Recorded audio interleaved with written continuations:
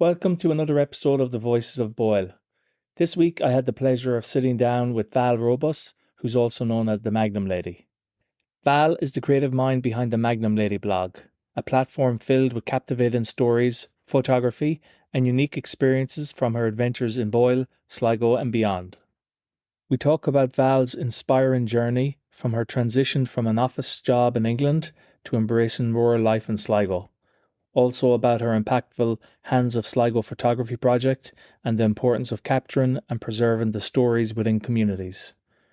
She shares her love for Boyle and also about her experiences meeting locals around the town. It's always nice to get a perspective from someone who's not from Boyle, but yet does great work showcasing our lovely town to their audience.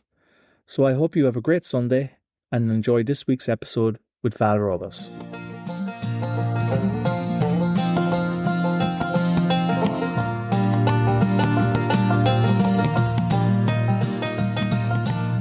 Val, you're very welcome to the Voices of Boyle. Thank you very much for coming. Thanks very much for having me along. Yeah, you're welcome. Val, a lot of people in town would know you through your blog, which is the Magnum Lady blog. It is, yep. Yeah. Maybe tell us a bit about that and we go from there. Okay, so 2009, I was kind of bored, I suppose. Well, not bored. There was a lot going on in my life. There was a lot of sickness in the family. I'm not really a writer, but I am a typer. So I just sat down, I had the laptop in front of me and I just started putting a few thoughts out there and I set up the blog. Didn't think anybody would read it. To be honest, I was just like rambling and it was a lot to do with family back then. And then a few days later, somebody left a comment and I was like, oh, somebody saw this, do you know? Because I suppose in a way it wasn't really meant to be for anybody, but then like I was putting it out there. So the thing about the blog for me is it's always like there's stuff in my head and I still do it to this day. I do a post called Sunday Thoughts and it's about getting the stuff that's in my head out into the ether. And it always makes me feel better because it's just gone then. And a lot of people can relate, especially the mental health side of things. So 14 years on, the blog's still 15 years on. I keep forgetting. I've just had a blog birthday with cake, of course, because I love cake. So that's it. That's it. 2009. Yes. I also got into blog in 2009. It was Blogspot back in those days for me. Yeah. And you've obviously seen then over the past 15 years the shift in blogging going from what it was back then. It's kind of shifting now more towards maybe even video content. Totally. And like I'm on TikTok. I'm probably the oldest person on TikTok. I don't get it, but I do it. And actually it does. There's great reach on there. Yeah. And it's just, I suppose, I'm so passionate about where I live. From the accent, you'll know I'm a blow-in. But my parents are Irish and they were born in Galway. And we came here to Sligo. They retired to Sligo. We came for a week's holiday. And I remember taking one look at Ben Bulben and just going, wow, imagine seeing that every day. And we were living in the UK. It was a rat race. It really was. You were working to live. There was no quality of life. And I couldn't see myself having a family there. And kind of just the week before we came on holiday, somebody got shot from the flat above the shops right near where we lived. And I was like, this is getting really bad, even though I was born in England, but I'd moved to Australia for a few years and stuff. So I'd moved around a bit. But my husband had never been to Ireland and he was just like, wow, this place is amazing. So we found a little derelict cottage and there were sheep living in it. And we moved a year later. Right. And here we are. So 33 years, probably. And around in 30. Kulani, is it? Kulani, yeah. Kulani, Always yes. been in Kulani. A few houses every side of the village, but always in Kulani. It's grown a lot since we moved there. Yeah. But it's just, so really I had a really good office job in England in the local government. So I swapped my high heels for a pair of wellies and never looked back. Happy out since. Yeah. So you're obviously into photography, Yes. which we're going to talk about. Yeah. And also, you mentioned you're a writer, but people in Boyle would know you as a kind of a blogger. A blogger. Well, yeah. it is a blog. Yeah, I call it writing. It is the blog. Yeah, they're two in the one anyway. Yeah, kind of. You can't really blog without writing, I don't think. No, exactly. Well, in the traditional sense, yeah, anyway. Yeah. So, photography, a big interest of yours. Yeah, my dad was a photographer. Both parents actually worked for Kodak, and actually, we moved to Australia. They got jobs in Kodak, so we moved everything to Australia, and then we moved back again. And my dad actually worked for the Kodak Museum in Harrow, and I suppose photography there was always photography. My dad had his own darkroom. I used to go in there and just be fascinated by watching the images appear from nothing. Magic. You know? I didn't really take up the bug very much.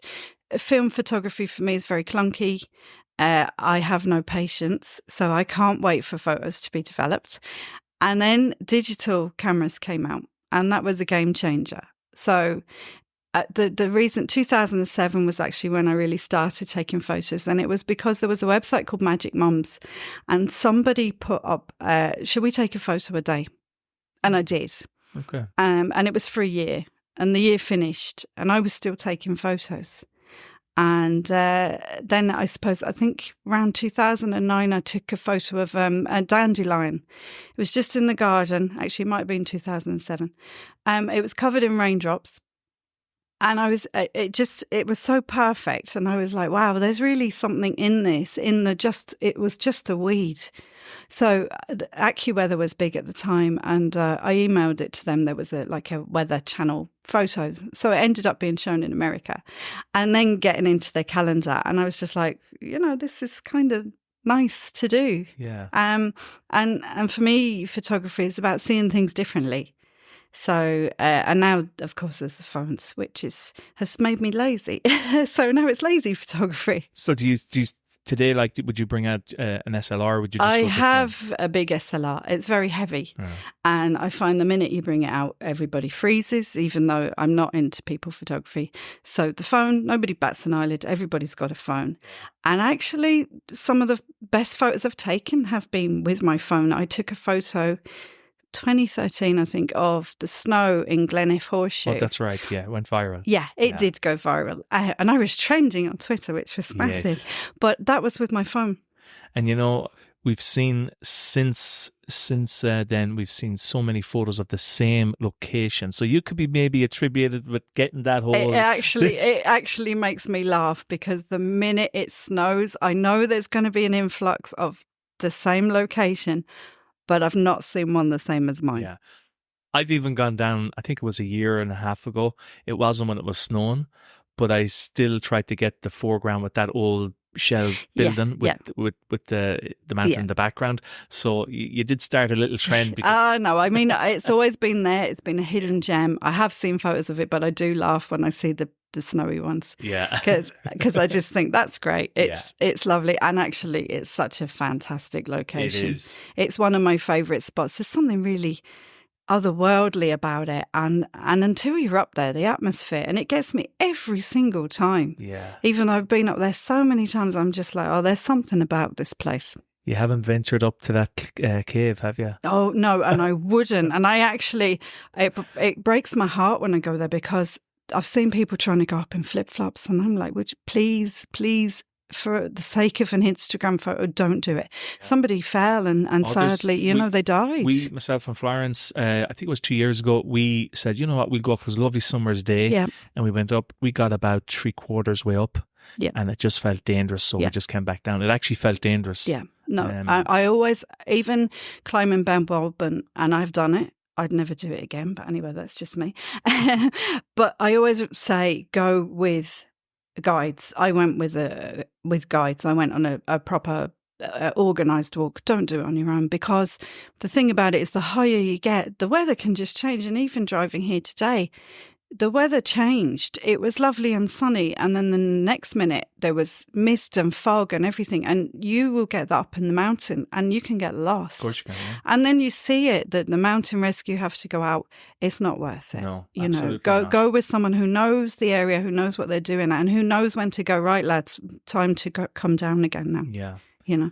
So you said people photography in its traditional sense wouldn't be your favourite type of photography. What genre would you... I like documentary photography, what's happening. I love nature photography. Like if two donkeys were getting married, I'd be the person to call for to do the job. I think the reason not people photography, firstly, I'm extremely anxious. I wouldn't have the nerve to do it. I just couldn't do it to myself. Secondly, I saw my dad getting so wound up doing weddings and thinking, is it worth it? And no, for me, no, definitely not.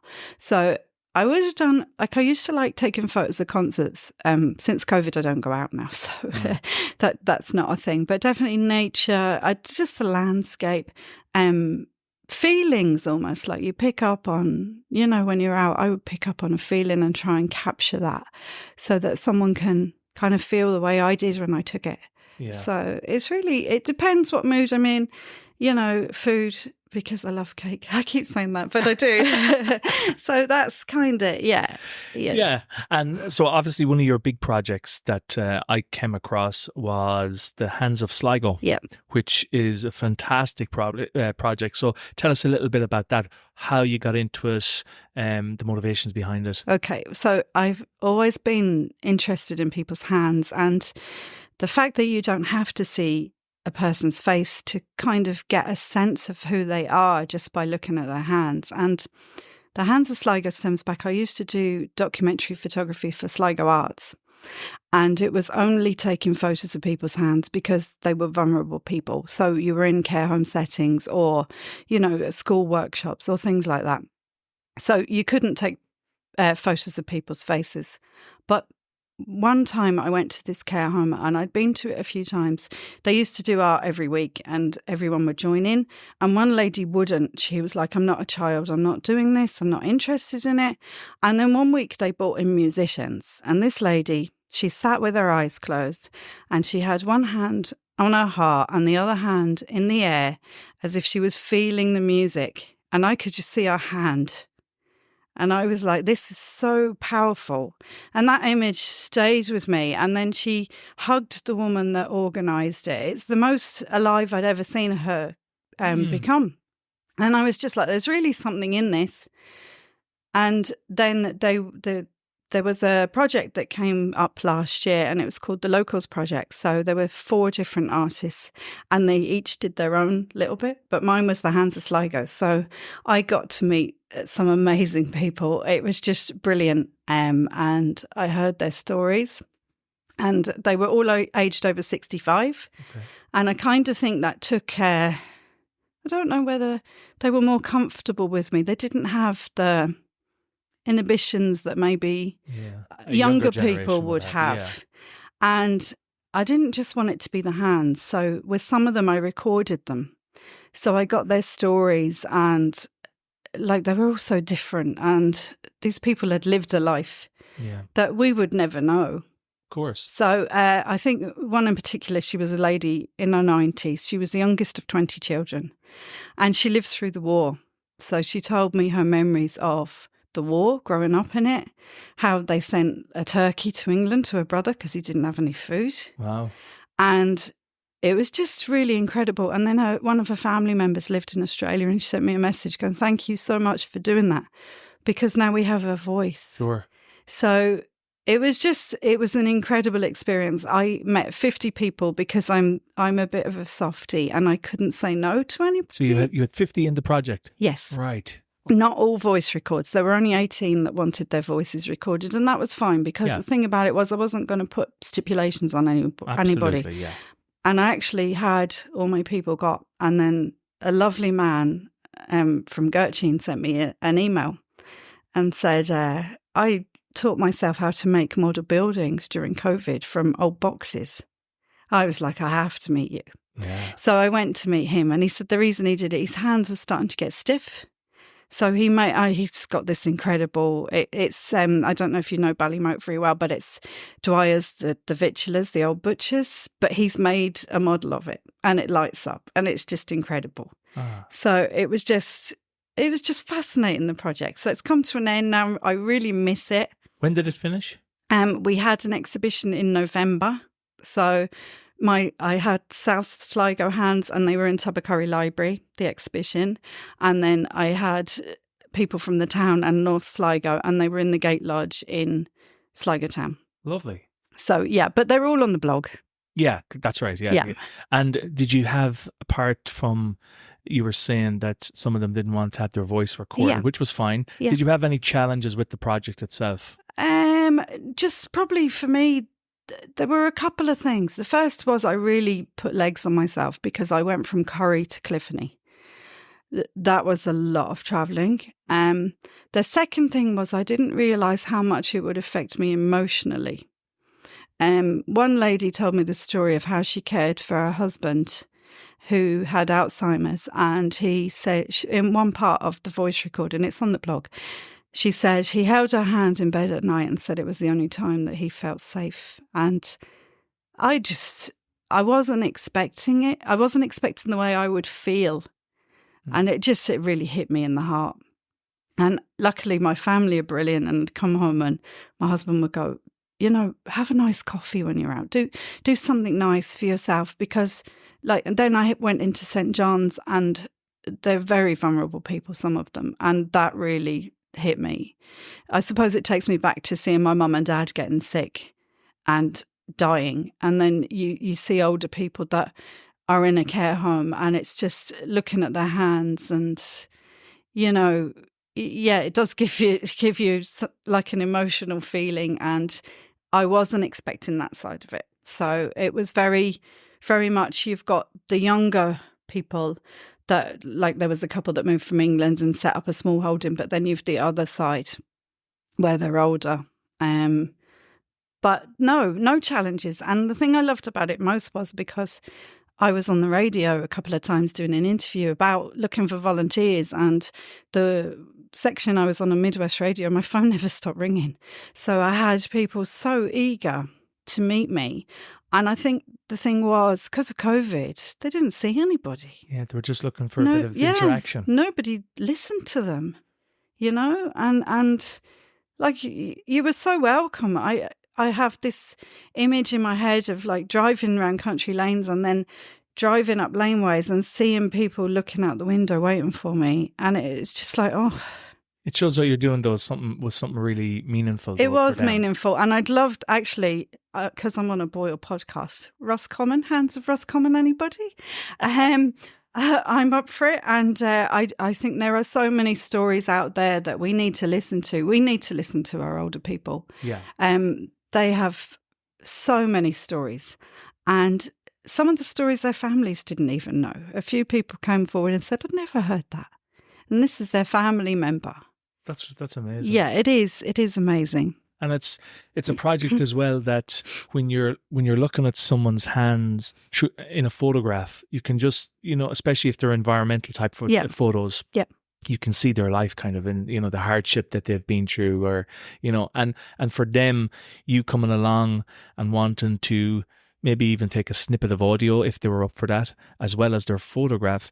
A lot of these people might never have had someone that wanted to take an interest in them.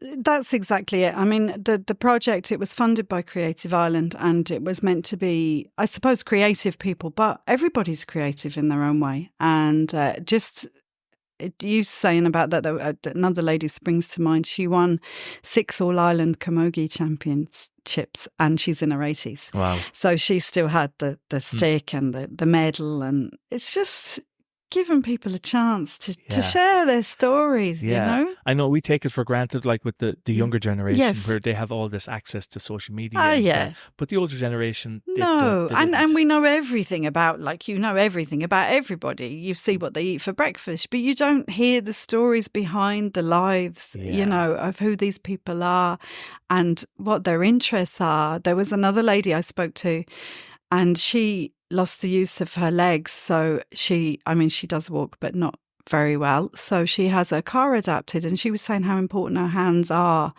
and how, she wouldn't be able to drive without them, and how she writes. And it's just like, we really do. That's the thing. We need to listen to people. Exactly. And I always say it, with all the technology we have, we're not using it to the full No, its fullest effect. 100%. And that's why with the Voice of Boyle, like kind of our inspiration has been like we travel all around the world and we go to these little small villages and we'd end up talking to some locals in broken English, or maybe there's someone that can translate it for us, and they're telling us about their life to complete strangers. Yes. They're telling us these intimate details about their life and, where their son was, or, and then we just kind of says, wouldn't it be great to do something like that in Boyle, to capture people's stories that are on our doorstep? Absolutely, because like in the years to come, we won't be here.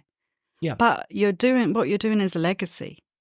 If I had the courage, I'd love to do a Voices of Sligo. But as I say, I'm very anxious, and it definitely depends what mood I'm in. I didn't have that with the older people because I knew they were so open to me talking to them. But I think if it was somebody that was younger, they might be a bit suspicious.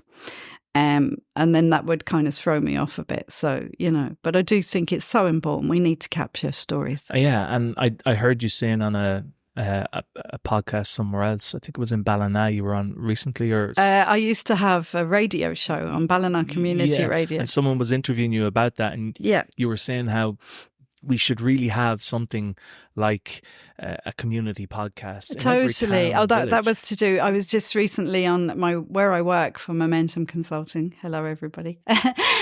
One of our projects, we do a lot of European projects, and one of them is to do with community radio and podcasting, and showing that we need to give people the airwaves to tell their stories. So they interviewed me for that project, and it was to do. Yeah, I do think every area could have that, even if it was like a weekly, hourly thing, just to check in and go, is everybody okay? Yeah.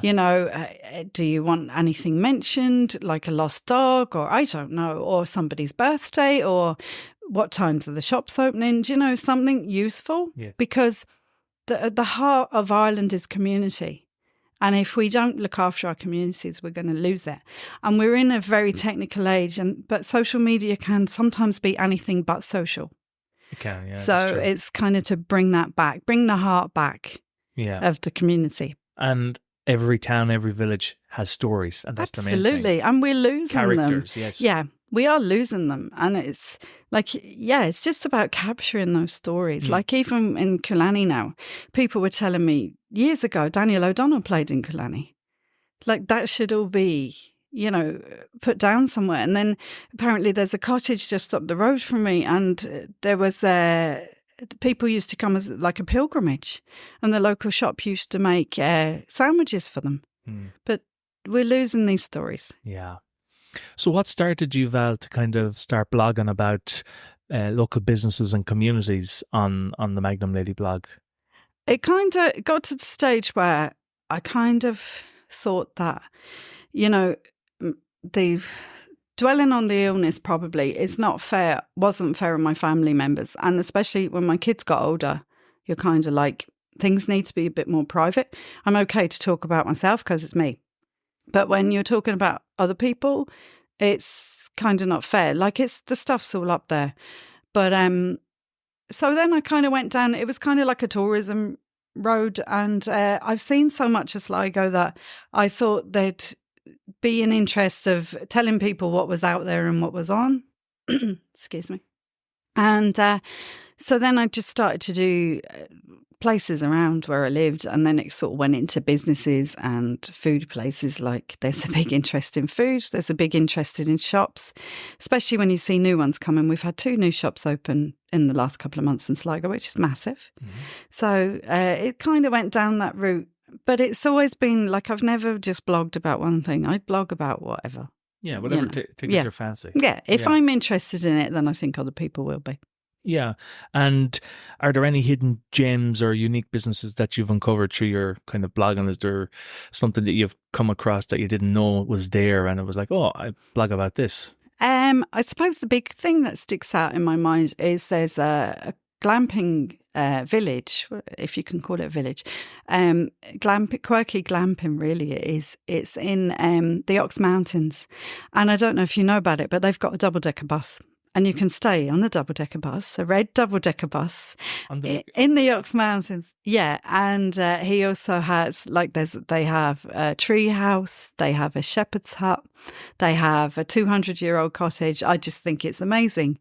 So if anything makes me go, wow, then I'm going to write about it. Yeah. I just think it's brilliant. Yeah. Like anything a bit different, a bit quirky, if you capture the imagination of me, he's got animals running around. There's pygmy goats. There's, and it's right behind the Mass Rock, just outside Tubbercurry. Right. I think it's a brilliant place. Yeah. And do you receive any feedback from locals or businesses about the impact that your blog is having on their community? Sometimes, yeah, I do get people saying that they've had a lot of people visit their places because I've written about it, which is great. I don't get paid to do it, so it's nice when you do see that somebody that the businesses are benefiting. Yeah. And then challenges of blogging about local businesses and areas, communities. Do you find you run into any challenges you face? Like maybe, for example, if you're coming to Boyle and you've blogged about a lot of places in Boyle over the years. Do you find then that I'd like to get something up, but there's nothing that tickles your fancy as such, or is there something, what challenges would you have on? I usually find something. I'm very much on the positive. So if there's anything negative, I probably won't write it because I just think there's enough negativity in the world without me adding to it. Sometimes I'll think things, but I won't necessarily say it. I have to say, actually, the Boyle people are great. And the example of that is I saw a post online about St. Patrick's Well in Boyle. I didn't know where it was. I was sitting in Lovage having my breakfast because I was up early and I really wanted to go. I was meeting someone, actually. I'll tell you that story in a minute. But so I was sitting in Lovage. I put up a pick of me porridge, which was lovely, by the way. And they're lovely in there. So and there are other cafes in Boyle. So anyway, I just put online. I said, well, that was a fail. I didn't find St. Patrick's Well. So I'm sitting in here having my breakfast. So people started answering me and a few people were kind of going, go down there. And, but when you're not from the area, you don't know. Somebody was like, how can you not find it? Well, I'm not from Boyle, so That's what I was going to say. Know. Someone said that. They did, actually, yeah. How in the name of God can you not find St. Patrick's Well? Because I don't know where it is. So anyway, then someone pointed me in the direction of the St. Patrick's Well pub, which it was only 9 a.m, so it was a wee bit early. And then a lady commented and said, I'll show you it. So I thought, great. I was just coming out of the cafe and going to message her, and she shouted across the road, Val. And I was like, yes. So her name was Katrina. She's like, I'll show you it. Brilliant. So off we went for a walk, and she was like, I was going to go for a walk today, and then I was kind of not bothered. So we went for a walk, and she showed me St. Patrick's Well. But also she told me a bit of the history of Boyle, which was fascinating. Right. So she told me about the mill that's going to be a distillery. That's right, Stewart's Mill. So I was like, wow. I was like, you should do a tour of Boyle, because I'd go on it. Yeah. Because when you're not from an area, you don't know these places. And there's so much history with Boyle. Yes, and the stories. Again, we're back to stories. We're back to community. So how lovely of that, that she gave her time to me to show me around.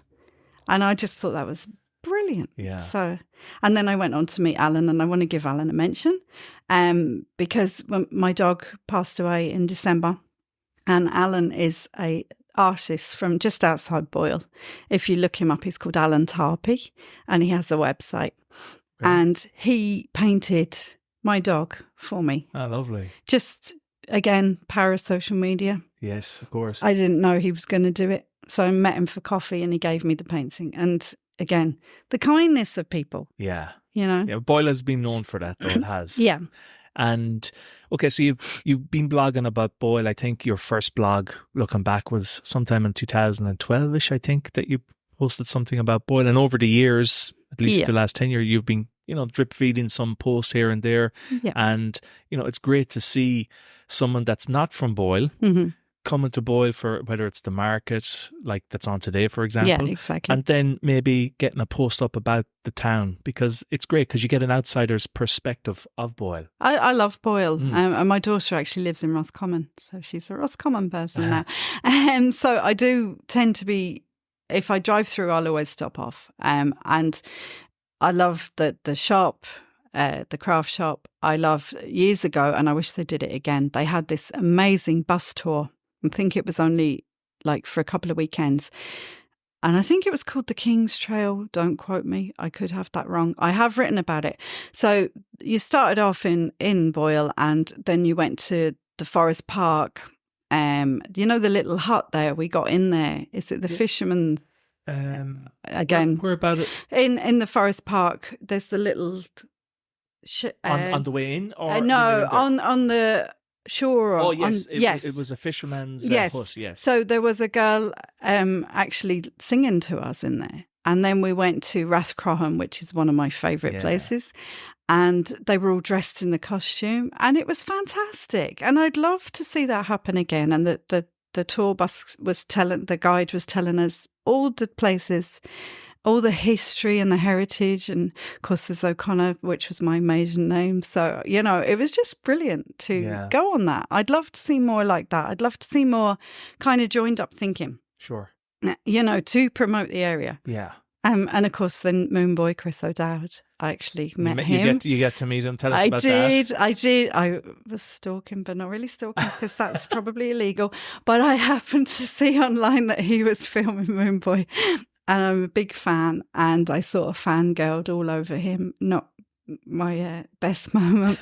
And I met Steve Coogan, and I just basically stood for the day just watching them. Yeah. And then went to the wrap party and met Chris again, and he was just so lovely, and it was great. And I know he was filming again this year. I didn't go because I'm kind of trying to behave myself in my older age. But yeah, it was great, and it's great to see things like that to put Boyle on the map. Oh, absolutely, yeah. You know, I've done a paranormal evening in King House, which was brilliant. Tell us about that. There was a couple from England came over, and they did a paranormal evening, and I think King House is quite spooky anyway, especially in the cells. And they did pick up some voices. Really? Yeah, and it was fascinating. The King House has been renowned with the story of the Green Lady. Yeah, we didn't get a Green Lady, but we did. There was some things going on, and it might have been an overactive imagination, but it was quite scary driving home that night after that. So, yeah, you know, and it's great to see different things. I do think that it would be great if there was a hotel in Boyle. Of course, yeah. And it's a shame. It's one of the sticking points, yeah. Hopefully in the future we can. You know, there is talks of a boutique hotel on the Elphin Road, but remains to be seen, hopefully. Yeah. Because when you had 3 hotels in the town at one stage, and definitely the Royal Hotel being the centrepiece, and to go from 3 to 0, it's not good for any town, but, you know, the town was working to try and get things back. Hopefully. I mean, it's lovely to see the work they've done on what was the Royal Hotel, but it's not open. So everyone says this, yeah. So it could be an ever-evolving exhibition space. It could, or there could be something in there that's open, you know, a few days of the week. It's been suggested a little kind of maybe a pastry shop or a cafe that's something that gets people going in, because it's such a, like, they did a great job on it. Yeah. I don't know, do you need another cafe though? Maybe not. But even a community space, like a place where people could meet. I always think that there should be, in every town, I would like to see a community kitchen almost, where you can go and have a coffee and just chat to people. Because when I was going through my mental health issues, that was the biggest thing that I missed, was not being able to go for coffee with anybody. And actually I set up Coffee Mornings. There's a mental health charity in Sligo called Having a Laugh, and I set up Coffee Mornings in 2017 with them, because that was when I'll tell you a bit about Having a Laugh. I'm going off tangent here, but anyway, this is how I work. So I went through depression very badly, and it was a real shock to me, because I used to be very outgoing, and then suddenly it was like, who's this dark side of me that I'd never experienced before?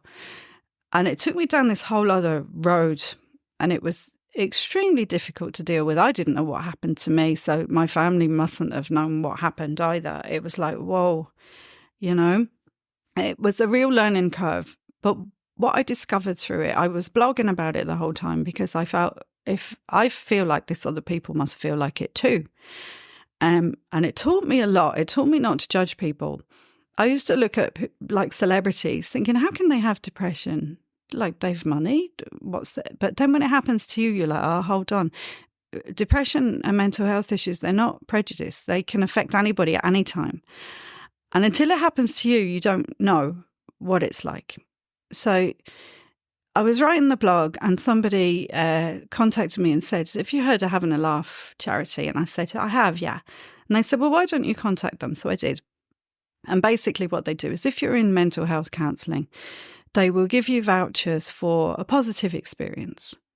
And this was back then, my camera sat in a bag. It hadn't done anything. I didn't have the energy to even really get out of bed and do anything. I didn't want to do anything. So they sent me an email and said, what would you like to do? What voucher can we send you? And I said, at the moment, I don't really want to do anything. And they said, well, what did you like to do before the depression? I said, I used to like seaweed baths. And she said, well, we'll send you a voucher for a seaweed bath.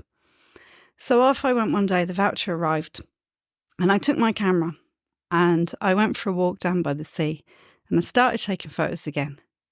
And I had the seaweed bath and I came out and I bumped into Blahin, who runs the charity, and I said, I think you've probably saved me. And the reason for that was because I felt that somebody outside the family cared. Yeah. And so I think it's important. So anyway, as I said, I missed having coffee with people. So I set up the coffee mornings.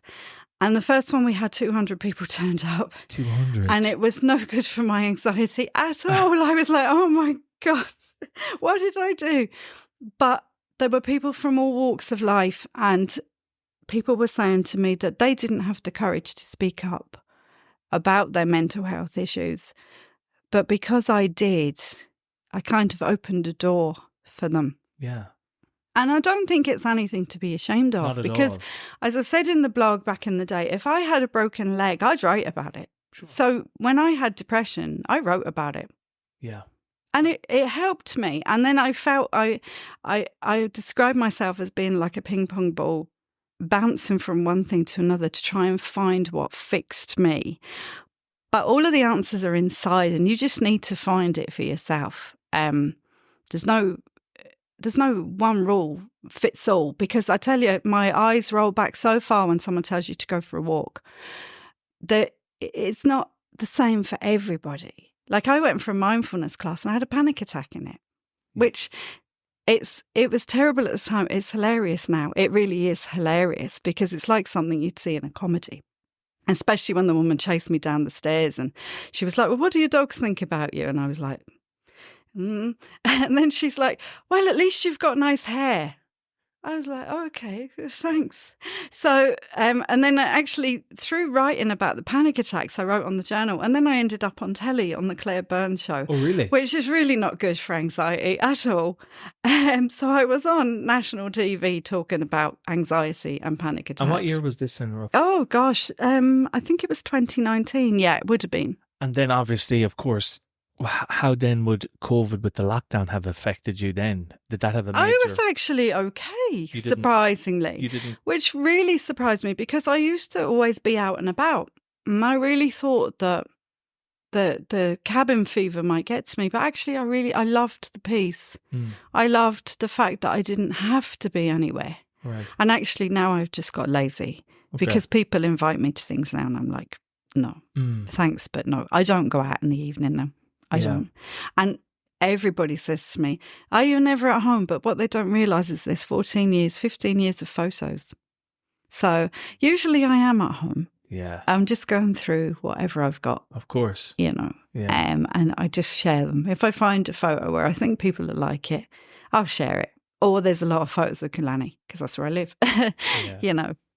And so going forward, do you have any future plans or goals for the Magnum Lady blog? I've got a lot of goals. I don't know whether they'll ever see the light of day. So, as I say, the Hands of Sligo, I'd love to do similar, but in different areas. So possibly Hands of Roscommon, Hands of Leitrim. I just think there's so much more to that. Yeah, there is. You know, even a Hands of Ireland, a Hands of the World. You know, there's a lot in that. and I loved doing it. And I just think it was so meaningful. And I know the people that took part love being part of it too. There's another thing that's been in my head for years, and it's a book. I don't know whether that will ever see the light of day. So actually there's 2 books now, because in the middle of the night I had another thought about another book. I was like, geez, would you just sit down?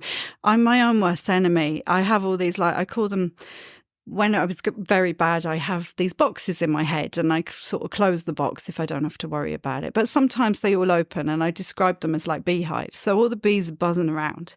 So at the moment now, the bees are buzzing around because a few years ago, with the mental health things, I was looking at positive photos, and then I was thinking about like little sayings that helped me. And then I was thinking, wouldn't a little book be nice, just to have maybe a photo or a couple of words so that people know they're not alone and that things do get better, because at the time you don't think they are. But then I'd really love to do, what I really, really want to do, is a photo book of Sligo. Oh, that'd be nice. Yeah, because there's so many photos and they sort of get a bit lost on the blog. But then it's like, where do I go and what do I do? And then I overthink things, and then I'll end up just parking it. So I don't know. Watch this space. But it's good to have some dynamic thoughts, because if you get static and nothing is firing in the brain, like you said, well, then it can be a little, well, what's the point? Yeah, I do, and I do get that a lot. You see, I would bounce ideas off people, and I suppose through COVID, see, I'm working from home, and I kind of miss that interaction, because I find the minute I do start talking to someone, they'll fire off an idea, or I can maybe give them an idea. Like if someone comes up with something, I'll be like, boom, boom, boom, boom, boom. And I need to stop doing that, because I have an awful habit of just, boom, you know, and then people go, Jesus, you know, what's this? But yeah, so anyway, we'll see. Another thing through, I suppose, the mental health things is I started painting. That's what helps me. So if I can't get behind the camera, I'll start painting a picture. I'm no good, but I just like doing. Yeah, if it's something you're interested in, yeah, you can I love work it. on it. Yeah, It's do you find it calms you? Totally. Yeah, I'm totally. If I'm in the zone, and it's not even the painting; it's the noise of the brush on the canvas. Yeah. Then I'm like, the house could burn down. I wouldn't know. And that's amazing, because, like, obviously, as you said, everyone is different when it comes to certain things. That would be torture for me. Yeah, exactly. It would be torture. Yeah, and it's. I mean, yeah, I get that. I did a pottery class. I just wanted to fire it across the room. Everyone was like, isn't this relaxing? I was like, no, really, it's not. I was getting really cross with it. I was like, no, that's not for me. And even I tried to do the breath work. I can't do that. The minute someone talks to me about breathing, my brain decides I can't breathe, and then I go into panic mode. So it's finding what works for you. Absolutely. That's what it's all about. Yeah. So I suppose if someone is thinking of starting a blog of their own, have you any advice or tips? Just do it. Yeah. Don't overthink it. Yeah. You know, and don't think about who's reading it. I don't think about your niche audience. I mean, you probably should. In an ideal world, if I was doing this properly, I'd be like an influencer type where people would go, come and have dinner with us or whatever. That never happened, and it never will. And then I probably don't want it to be, because I kind of feel like I've sold myself out a bit. Yeah. But just say go for it. Yeah, because a lot of people think, I suppose with the way blogging has evolved, as I said at the start, it's kind of gone more down the video route. Yeah. But if people, people can blog and use it, maybe starting off as like a journal type thing. That's exactly a diary. it. That's what mine was. Just an online diary, and kind of still is. Yeah. With bits of everything thrown in. And you've amassed a pretty big following on your Facebook and Twitter accounts. Yeah, I've 14,000 on each one. Which is great when you think about it for a community type blog. Yeah, it's great. It's pretty good. Like I did a video recently of a woman making box tea at the local market, and it got 97,000 views, which is bizarre. Brilliant. It's just sometimes things really take off. And do you find, Val, that the video post will get more traction than the blog type posts? It depends what it is. It depends really what the video is. Like I recently somebody treated me to breakfast, which was just a random act of kindness. I didn't know this person, and that did really well. And then actually in Roscommon, I went to Benny's Deli last year. My debit card wasn't working. They said to me, take the stuff, ring in and pay us later. They didn't know me from Adam. Yeah. I put a blog post up, just not even a blog post, social media post. That went crazy because everyone was just like, that's so nice. And it is nice. It is. There's trust there. There's trust there. Yeah, they didn't have to do that. I could have never phoned them again. They didn't know who I was. But they did, you know. I just think, the videos do well. It depends on the audience. It depends on what your video. Yeah. You know. And do you have any blog post that you've written about that stands out to you, that's a memorable or a favourite experience from your... I did this mad thing in 2015. It's a whole series, actually. I was asked to do a photo exhibition in the Hawkswell Theatre. And I didn't just want it to be photos, because anyone, well, as has been said to me a million times, anyone can take a photo. They can't, but anyway. But that has been said. But I didn't just want it to be a photo exhibition. And at the time, I was going to all these tourism meetings. And the big thing that came up was, if you're over 40, you'd just like to maybe go for a stroll, have a look in an art gallery, play cards, knitting. And I was like, no. So it started this thing in me, and I set up this thing, and I called myself the middle-aged adventurer. So I thought, nobody's going to tell me what I'm going to do and what I'm not going to do. So I decided to do this mad adventure. Now, the bigger picture was amazing, but it never happened. So my big picture was to go around the Wild Atlantic Way in all different forms of vehicles. So I would have liked an ice cream truck, like a police car, a fire engine, roller skates, I don't know, a donkey, maybe. Just some kind of mad thing, but talk to the characters along the way. So it would be the story of them, not necessarily the story of me, but also the different areas that I was in. Anyway, I decided I had to rein that back in, but Look West got behind me anyway. They're now the Western Development Commission. And they gave me a bit of money, just mainly to pay for my petrol. And I did adventures in Belmullet and in Sligo and in Roscommon and Leitrim. So I did everything. I did co-steering. I went up in a 2-seater plane. I'm terrified of flying. And you went up in a 2-seater? Yeah, I did, yeah. I really challenged myself. The co-steering was the scariest, because that was the one I said I'd never would do. So basically it's jumping off the cliffs into the sea. I'm scared of heights. I'm scared of the sea. And how high were you up? Actually, not as high as I would have liked in the end, because there's the story. So I went down to Belmullet, which is on the edge of the world, and these 2 young fellas came and they were like, we're going co-steering. And I was like, good luck, I am not going. And they're like, come on, look, just come and have a look. I was like, okay, never say never. So there I was in the back of a trailer trying to put a wetsuit on. Oh, I'm telling you, I looked like a black pudding or something. But anyway, I thumped myself in the face getting the wetsuit on. I thought, this is not going well, is it? And why am I doing this? Why am I doing this? So anyway, they were like, look, there's no pressure. Have a look. I tell you, it was the best thing I've ever done in my life. And I would go back in a heartbeat. Really? It really. These 2, I hadn't had breakfast, stupidly. I remember sitting on the side of the cliffs and then feeding me wine gums. I was smiling underwater. There's pictures of me smiling under the water.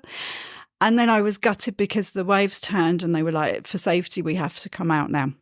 It was the most fun ever. And did you just do it the one time, or did you multiple jumps in? Multiple. Multiple, as right. many as I could. Okay. Yeah. And then I did it in Mullaghmore as well, in Sligo, with the same guys. I've discovered I was an adrenaline junkie, which I never knew I was. It was just the most fun.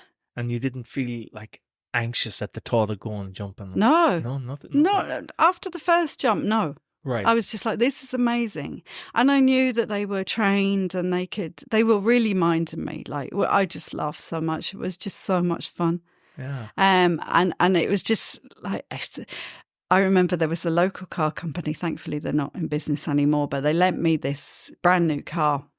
for my adventures, and off I went. And as driving down to Belmullet, I stayed in the Coast Guard station. They've got these little glamping pods, and I drove across. It's an island, which I didn't realise at the time. But I get stuck? The car got stuck in the sand. Okay. And I had to ring this guy that I'd never met and go, help, I'm stuck in the sand. So off he comes with the tractor, like pulling me backwards. But I kept putting my foot on the brake. He's like, will you stop doing? Then I opened the door and half the Wild Atlantic Way came in. I was like, oh no, I'm really not selling myself here. But the guy was great, and he was like, have you seen much of Belmullet? I was like, no, I've seen nothing of it. Hop in the car now. And off we went, and he'd be like, get out now and take a photo. It was the best fun with people I'd never met. And like the saying, there's no strangers, only friends you haven't met. It was just the best fun. I just had a ball. And I was like, you know, I always said I didn't want to die and have on my gravestone. I wish I'd have done that. I wanted to say I did that. No regrets. Yeah. I did it. And the age is not a factor. Sure. And would you think you have had no regrets? Yeah, pretty much. That's a great way of living, isn't it? Yeah, unless see about the book. Yeah. Watch this space. Yeah, watch this space. So before we finish up, Val, where can people find you online? Oh, everywhere. No, if they look up Magnum Lady, I'm on, TikTok, Instagram, Threads, Twitter, Facebook, and the blog. Yeah, I'm sure they'll find you somewhere. Yeah. Well, listen, Val, it's been amazing. I really enjoyed the chat. Thanks and it was great to get a bit of an me. insight into the Magnum Lady. So thank you very much. Thanks very much for having me.